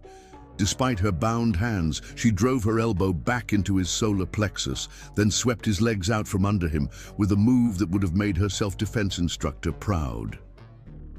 "That," she said, as he wheezed on the floor, "was for every child you stole from." FBI agents swarmed the room, securing Victor and his men. James appeared at Ashwell's side, taking control of Victor while Ashwell rushed to Zara. He cut her bonds with a pocket knife, then gathered her into his arms, his composure finally cracking. "Are you all right?" he whispered against her hair. "I am now." She pulled back slightly to look at him. "You got my message? In the storage unit?" "I got everything." He touched her cheek gently, where the mark was beginning to bruise. "You're incredible, you know that? A bit reckless maybe, but incredible." "Reckless?" She managed a small laugh. "Says the man who just walked into a warehouse full of armed criminals." "I had backup." "So did I." Her eyes held his. "I knew you'd understand the clues, knew you'd see the bigger picture." Around them, the FBI was leading their prisoners away. Andrew's protests echoed down the corridor, a pathetic sound that seemed to mark the end of an era. Victor went quietly, but his eyes promised retribution, a threat that held no power now that his empire was crumbling. "The evidence?" Zara asked softly. "Being processed as we speak. Maya's working with the FBI's Financial Crimes Unit. The Constantine organization, Andrew's schemes, all of it, it's coming down." Relief flooded her face, followed quickly by exhaustion. She swayed slightly, and Ashwell tightened his hold on her. "Let's get you out of here," he said gently. "The FBI can take your statement later." But as they turned to leave, Zara stopped. "Wait." She walked back to Victor, who was being handcuffed by agents. "You asked what this story was really about. It's not about love, though I found that too. It's about courage. The courage to stand up to men like you who think money and power put you above justice." Victor's face contorted with rage, but before he could speak, she continued. "Every child who lost an opportunity because of your greed, every family destroyed by your schemes, they're going to get justice now. That's what makes this story worth telling." She turned back to Ashwell, who was watching her with a mix of pride and awe. Taking his offered hand, she let him lead her out of the warehouse and into the brightening day. Emergency vehicles filled the parking lot, their lights painting the scene in red and blue. FBI agents moved purposefully, processing evidence and securing the area. But Ashwell led Zara past all of it to a quiet spot where the rising sun painted the sky in colors of hope. "What happens now?" she asked softly. "Now?" He turned to face her, his hands coming up to frame her face. "Now we start writing our own story. No arrangements, no pretense, just us." "Just us," she repeated, leaning into his touch. "I like the sound of that." "I should have told you sooner," he said, his voice rough with emotion. "Those 3 nights, they weren't about making things right or protecting reputations. They were about falling in love with the most remarkable woman I've ever met." Tears spilled down Zara's cheeks. "Even though I lied to you, used our arrangement to gather evidence? You never lied about what mattered." He wiped away her tears with gentle thumbs. "Every moment we shared was real. Every conversation, every dance, every look, that was all truth." "It was," she whispered. "I never expected. When I walked into your office that day, I thought I was making a deal with the devil. Instead, I found a partner, someone who understands that some things are worth fighting for." "And are we?" he asked softly. "Worth fighting for?" In answer, Zara rose on her tiptoes and kissed him. It was a gentle kiss, sweet with promise and healing, but underneath ran a current of passion that spoke of all the nights to come. When they finally parted, both were smiling. "I'd say that's a yes," Ashwell murmured. The sun had fully risen now, washing away the shadows of night and secrets. In the distance, sirens wailed and reporters gathered, hungry for the story of how one of the city's biggest criminal enterprises had been brought down. But here, in this quiet moment, none of that mattered. What mattered was the way Zara felt in Ashwell's arms, the future they could see in each other's eyes, and the knowledge that sometimes the greatest love stories begin not with fairy tale magic, but with the courage to fight for what's right. Justice had been served, truth had prevailed, and love, real, honest, hard-won love, had bloomed in the most unexpected of arrangements. Chapter 9. The Truth Emerges. The Prince Industries boardroom had never felt more solemn. Late afternoon sun slanted through the windows, illuminating the faces gathered around the massive table. FBI agents sat alongside corporate lawyers, their expressions grave as they pored over the mountain of evidence Zara had gathered. Zara herself sat beside Ashwell at the head of the table, her hand clasped firmly in his beneath its polished surface. The bruise on her cheek had faded to a shadow, but the determination in her eyes burned brighter than ever. "The scope of this operation is staggering," Special Agent Sarah Martinez was saying, spreading documents across the table. "Mr. Simons didn't just embezzle from the foundation. He created an entire network of fake charities and shell companies. The Constantine family used these to launder money from their illegal operations, making it appear legitimate through a series of carefully structured donations." "How many other foundations were compromised?" Ashwell asked, his voice tight with controlled anger. "At least 12 that we've identified so far," another agent replied. "Children's charities, medical research foundations, educational trusts, anywhere money could be moved without attracting attention." Zara's grip on Ashwell's hand tightened. "The scholarship program at my school?" Agent Martinez nodded grimly. "One of their primary channels. They'd set up fake student accounts, divert the funds, then report the students as having dropped out or transferred. The real students never saw a penny of the money meant to help them." "That's why Marcus had to leave," Zara whispered, remembering a particularly bright student who disappeared mid-semester, and Sophia and David, all those kids who lost their chance because of him. Ashwell squeezed her hand, offering silent support. "What about the Constantine's other operations?" "We're uncovering links to everything from illegal gambling to extortion," Martinez explained. "But their real genius was in the financial manipulation. They weren't just criminals. They were destroying communities systematically, taking away opportunities from those who needed them most." "Show them the list," Zara said quietly. The agent pulled out a thick folder. Miss Sweet compiled detailed records of every student affected by the scholarship fraud. Names, dates, circumstances, everything we need to make this right. Ashwell looked at Zara with renewed amazement. "You tracked all of them?" "They weren't just numbers in a ledger," she replied, her voice strong despite the tears threatening to fall. "They were real people with real dreams. Marcus wanted to be a doctor. Sophia was going to study engineering. David, he wrote the most beautiful poetry I've ever read." "We'll find them," Ashwell promised. "All of them. The foundation will make it right." "That's not all," Martinez continued, pulling out another file. "Miss Sweet also documented a pattern of similar operations in other cities. The Constantines were planning to expand, using the same template of compromised charities and fraudulent scholarships." The implications settled heavily over the room.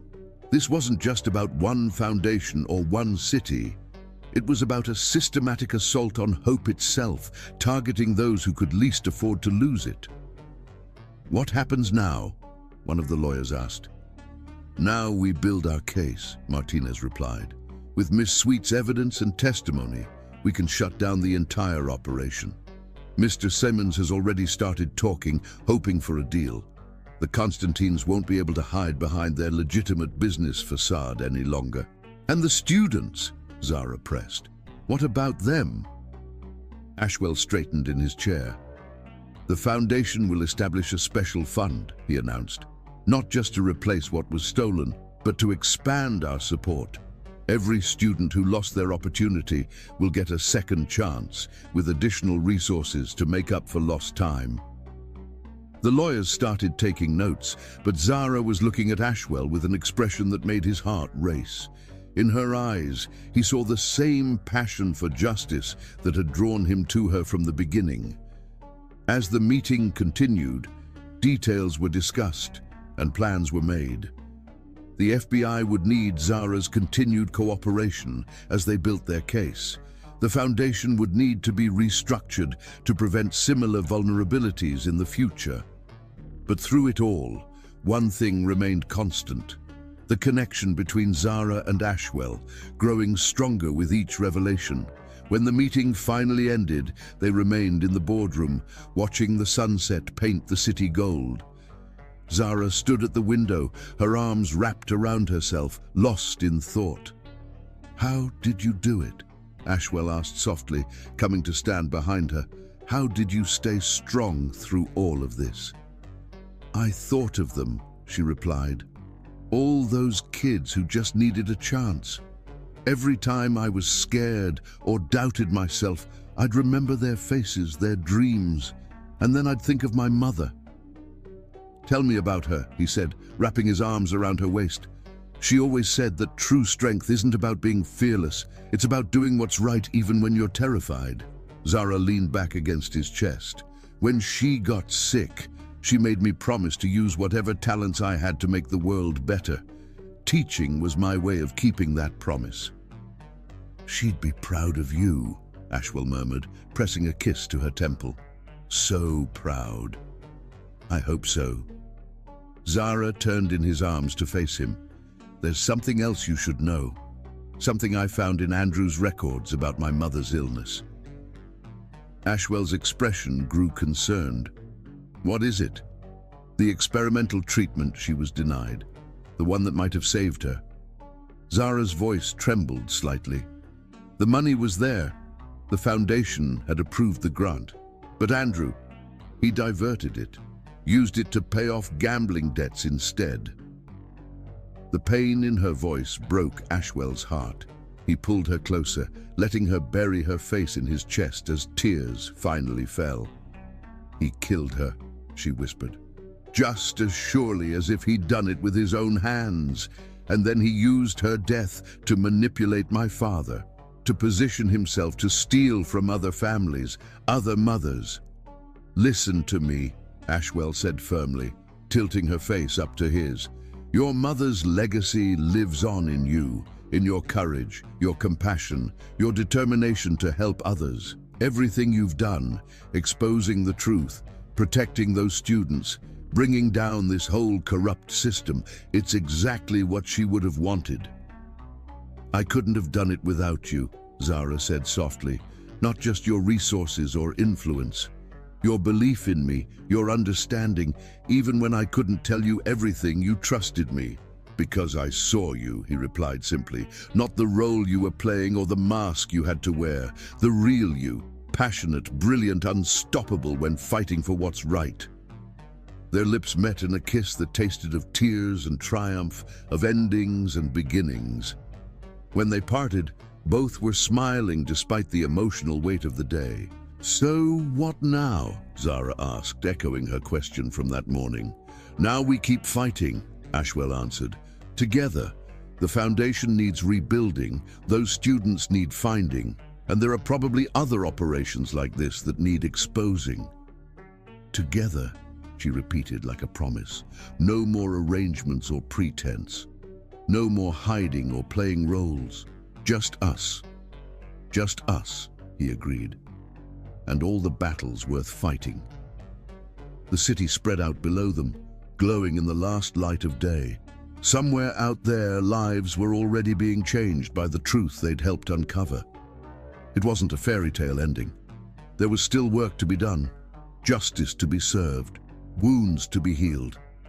But as they stood together in the gathering dusk, Zara and Ashwell knew they'd found something rare and precious. A partnership forged in the fire of fighting for what's right. A love built on the foundation of shared values and mutual respect. The truth had emerged, not just about Andrew's schemes, but about the power of courage, the importance of justice, and the unexpected ways that love can bloom in the midst of struggle. Their story was just beginning, and the chapters ahead promised to be filled with purpose, passion, and the joy of making the world a little bit better. One battle at a time. Chapter 10. Healing Together. The school auditorium buzzed with anticipation. Sunlight streamed through high windows, catching dust motes that danced like stars in the morning light.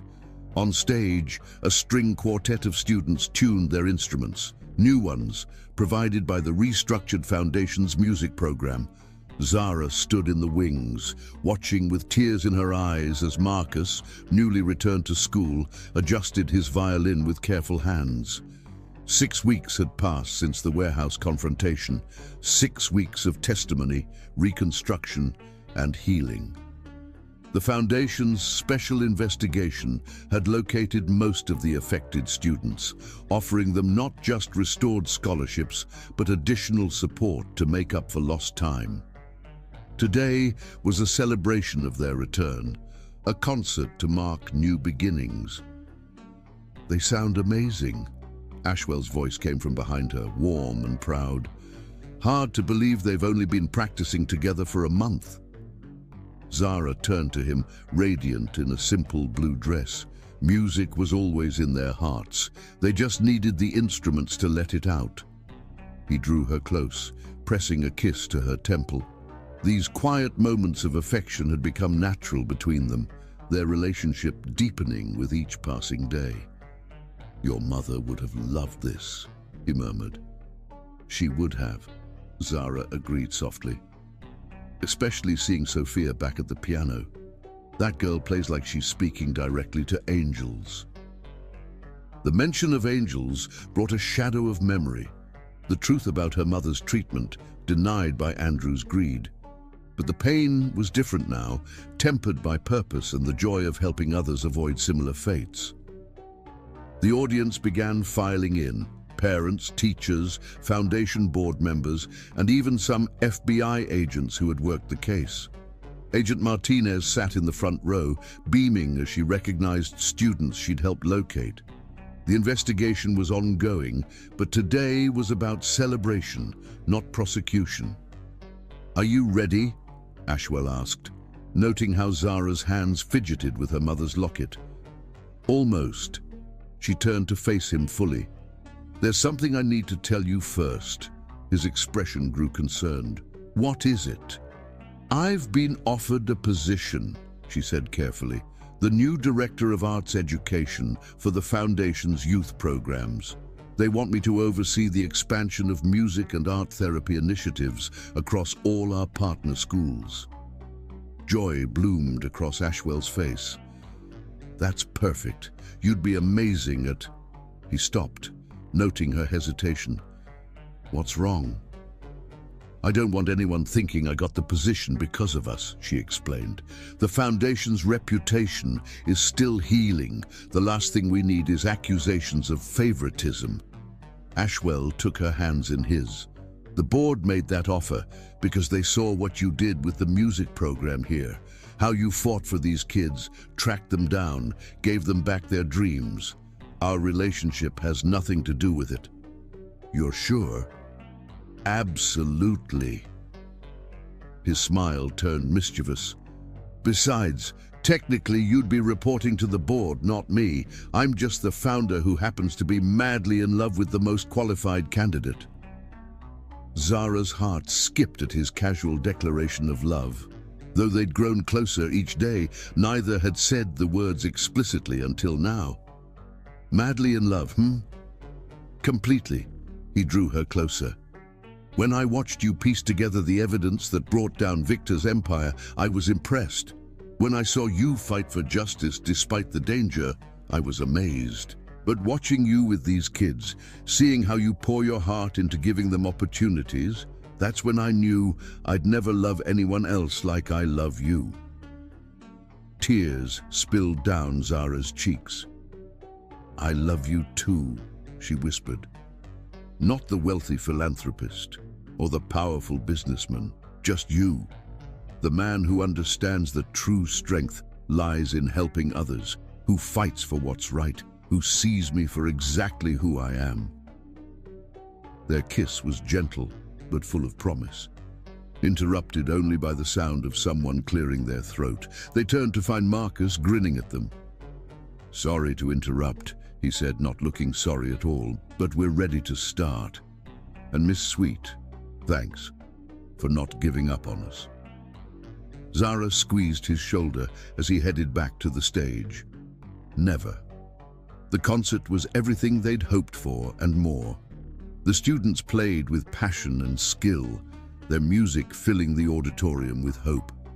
When Sophia performed her solo piece, an original composition about loss and renewal, there wasn't a dry eye in the house.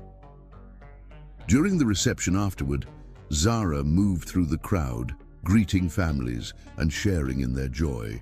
She overheard snippets of conversation about future plans. David had been accepted to a prestigious creative writing program. Marcus was applying to pre-med courses. Sophia had an interview with a conservatory. "This is just the beginning," Ashwell said as they watched the celebrations. "The Foundation's new structure includes safeguards against fraud. But more importantly, it has people like you making sure opportunities reach those who need them most." "We're not just rebuilding," Zara agreed. "We're creating something better, something that would make my mother proud." Speaking of building something better, Ashwell's voice took on a nervous quality she'd never heard before. "There's something I've been wanting to ask you." Before he could continue, they were interrupted by Agent Martinez approaching with a serious expression. "Sorry to intrude," she said, "but I thought you should know. Andrews agreed to testify against the Constantines. His full confession includes details about operations in other cities. This could help us prevent similar schemes across the country." The news settled over them, like a final piece clicking into place. Andrews' testimony meant closure, justice, and the chance to protect other communities from experiencing what they had. "Thank you," Zara said softly, "for everything." After the agent left, Ashwell turned back to Zara. "What I was trying to say, these past weeks have shown me what really matters in life. Not money or power or social standing, but the courage to stand up for what's right. The joy of helping others, the love of someone who shares your values and dreams." He reached into his pocket and pulled out a small velvet box. Zara's breath caught as he dropped to one knee right there in the middle of the reception. "Zara, sweet," he said, his voice full of emotion. "You walked into my office making a deal to protect others, and in the process, you showed me what true strength looks like. You fought for justice when it would have been easier to look away. You believed in second chances when most people would have given up. You taught me that real love isn't about grand gestures or social expectations. It's about standing together, fighting for what's right, and building something meaningful." He opened the box, revealing a ring that somehow managed to be both elegant and understated, exactly her style. "Will you marry me? Not because of any arrangement or obligation, but because I want to spend my life building something beautiful with you, fighting battles worth fighting, creating opportunities for others, and loving each other through it all." Tears streamed down Zara's face as she nodded. "Yes," she whispered. "Yes, to all of it." The ring slid perfectly onto her finger as applause erupted around them. Their private moment had drawn quite an audience, but neither of them noticed, too lost in each other's eyes and the promise of their shared future. From the stage, the quartet began playing again, a sweet, hopeful melody that seemed to capture everything they were feeling. Love, justice, healing, hope, all intertwined in a symphony of possibility. As they danced slowly to the music, surrounded by the joy of renewed dreams and second chances, Zara and Ashwell knew they had found something rare and precious. Their love story hadn't started with a fairy tale romance, but with the courage to fight for what's right. And that made it all the more valuable, all the more real. The foundation would continue to grow and help others. The music would play on, and their love, born in the midst of struggle and strengthened by shared purpose, would light the way forward into whatever challenges and triumphs awaited them. Chapter 11. Building Trust. The art gallery buzzed with excited conversation as donors and artists mingled beneath crystal chandeliers. This wasn't the same gallery where Zara and Ashwell had first connected over shared appreciation of emerging artists. This was something entirely new. The Foundation's arts initiative had transformed an abandoned warehouse into a showcase for young talent, particularly featuring works by students who had been affected by Andrew's schemes. Zara stood before a striking canvas, her engagement ring catching the light as she gestured to the bold brushstrokes. Sophia painted this after her first week back at school, she explained to an interested collector. She calls it second chances. The paintings seem to pulse with energy, darkness giving way to light, chaos transforming into harmony. Like all the pieces in the gallery, it told a story of resilience and hope. Ashwell watched from across the room, his heart swelling with pride and love. In the 3 months since their engagement, Zara had thrown herself into revolutionizing the Foundation's approach to arts education. Under her leadership, the program had expanded beyond simple funding to create real opportunities for creative expression and healing. "She's remarkable," Maya Chen said, coming to stand beside him. The artist whose work had once captured their attention at the auction was now a key advisor for the initiative. The students trust her because they know she fought for them. "We all did," Ashwell replied, but he understood what Maya meant. Zara's connection with the students went beyond professional dedication. She saw herself in their struggles, their dreams, their determination to create beauty from pain. The gallery opening was more than just a showcase, it was a statement. Every piece on display represented a story of recovery and renewal. The Foundation's new transparency policies meant that donors could see exactly how their contributions were being used, with regular updates from the students themselves.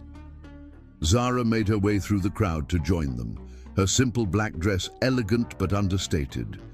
She had refused to let her new position change her essential nature.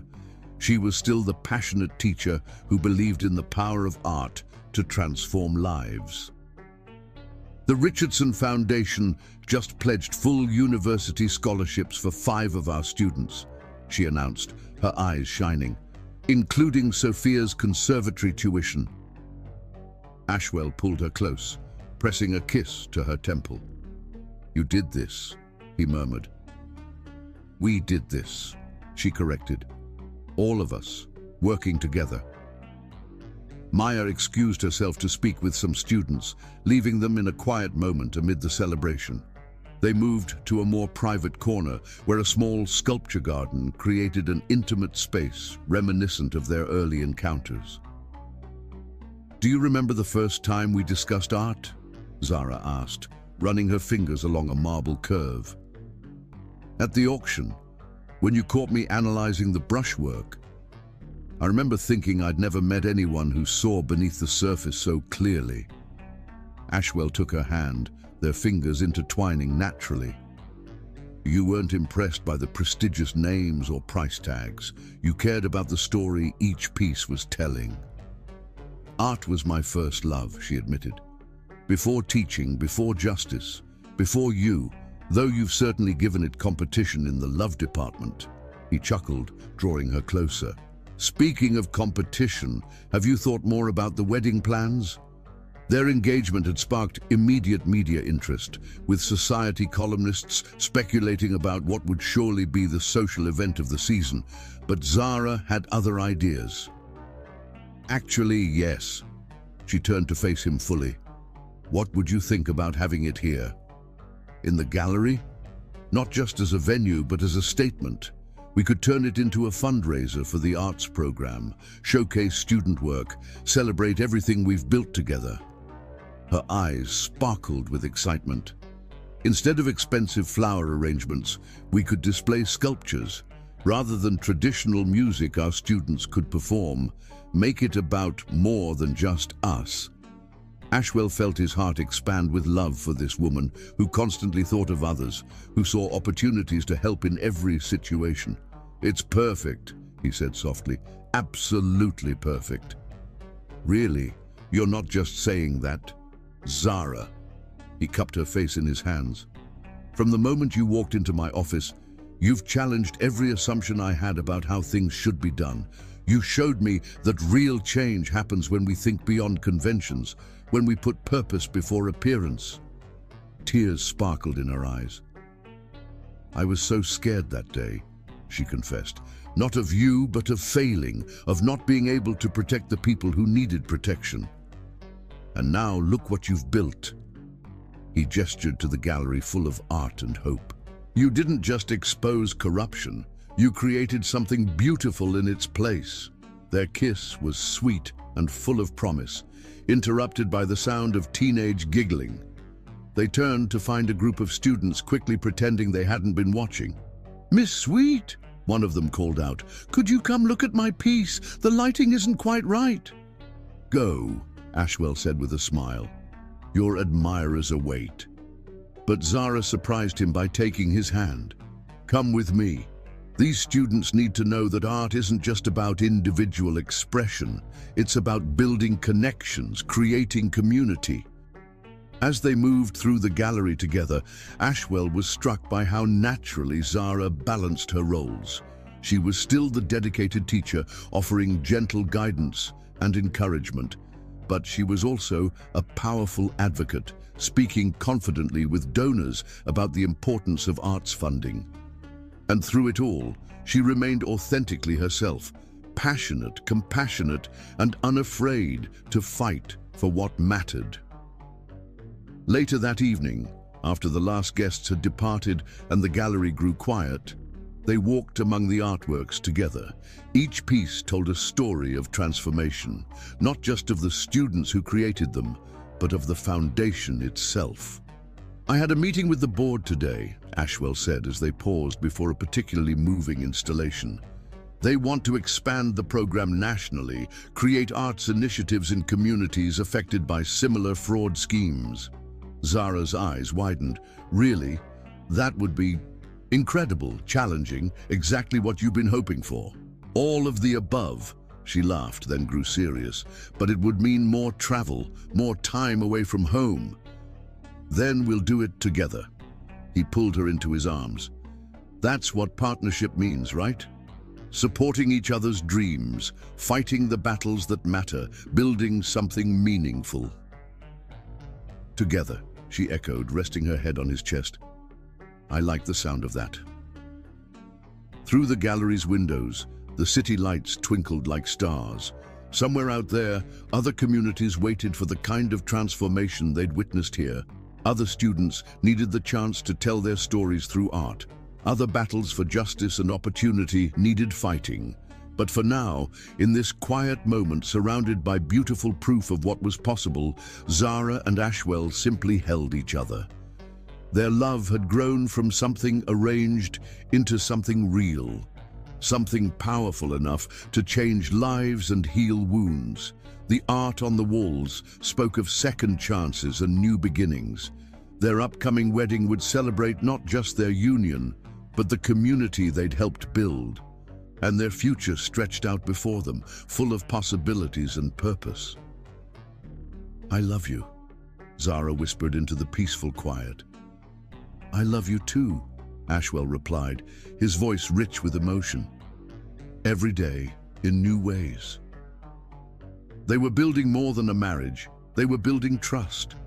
Trust in each other, in their shared vision, in the power of love to transform lives.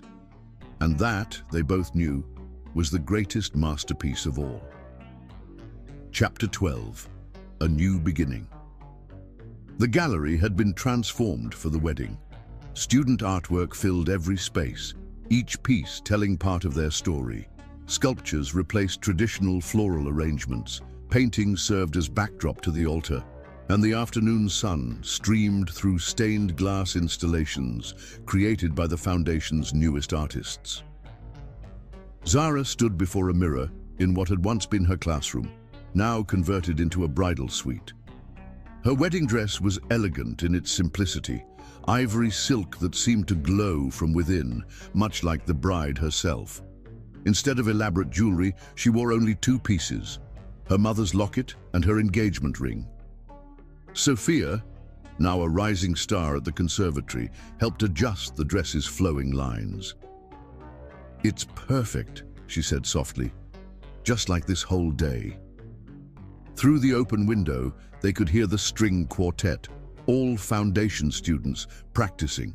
The music wove together classical pieces with original compositions, creating something both timeless and new. "Miss Sweet," Marcus appeared in the doorway, handsome in his tuxedo. "It's time." Zara took a deep breath, touching her mother's locket. In the months since that first arranged meeting in Ashwell's office, life had transformed in ways she could never have imagined. The Foundation's work had expanded nationally, helping communities heal from similar schemes. Andrew's testimony had led to the dismantling of multiple criminal operations, but most importantly, love had bloomed in the most unexpected place. The gallery's main hall fell silent as the music changed. Zara walked down an aisle lined with art that represented healing, hope, and new beginnings. But her eyes were fixed on Ashwell, standing beneath an arch of sculpted metal and glass that caught the light like captured stars. His face, when he saw her, made her heart skip. This wasn't the polished businessman she'd first met, but the man who had fought beside her for justice, who understood her heart, who loved her for exactly who she was. The ceremony was uniquely theirs. Instead of traditional readings, students shared stories of transformation. Their vows spoke not just of love, but of purpose and partnership. When they exchanged rings, the metal had been forged with small pieces of the warehouse key, a reminder of where their journey began. Love, the officiant said, is not just about romance. It's about choosing to stand together, to fight for what's right, to build something meaningful. These two have shown us that true love can transform not just two hearts, but an entire community. Their first kiss as husband and wife was met with applause and music, a student composition that soared with hope and possibility. As they turned to face their guests, Zara and Ashwell saw not just family and friends, but a community they had helped build. The celebration that followed was a testament to their vision. Instead of a traditional reception, the gallery became a showcase of talent and triumph. Students performed music and poetry. Art was auctioned for the Foundation's new initiatives. Stories were shared of lives changed and dreams renewed. Later, as they danced among the artwork that told their story, Ashwell held Zara close. "Happy," he murmured, "more than I ever thought possible." She looked up at him, her eyes shining. "Did you ever imagine that first day in your office that we'd end up here?" "I knew you were special," he admitted, "but I had no idea how completely you would change my world." "Our world," she corrected gently. "Everything we've built together." The music shifted to a piece they both recognized, the symphony they'd heard on their third night together. But this time, arranged and performed by their students, it carried new meaning. It spoke not of endings, but of beginnings. As the evening drew to a close, Zara and Ashwell stood before the gallery's windows, watching the city lights twinkle like promises. Behind them, their guests continued celebrating among the art that represented so much more than decoration. "You know," Ashwell said softly, "some people might say our story began with an arrangement." "But they'd be wrong," Zara finished. "It began with courage, with the determination to fight for what's right. And it led to love. The kind of love that builds things," she agreed. "That creates change. That writes new stories." Their kiss was sweet with promise and possibility. Around them, the gallery stood as testament to what could be built from the ashes of injustice. Beauty, hope, community, love. Their love story hadn't followed a traditional path, but it had led them exactly where they needed to be. As they left the gallery that night, stepping into their future together, both knew that this wasn't really an ending at all. It was, as the chapter title suggested, a new beginning. There would be more battles to fight, more lives to touch, more beauty to create. But they would face it all together, their love strengthened by shared purpose and unwavering trust. The price of freedom, they had learned, wasn't measured in arranged nights or business deals. It was measured in courage, in commitment to justice, in the willingness to fight for what matters most.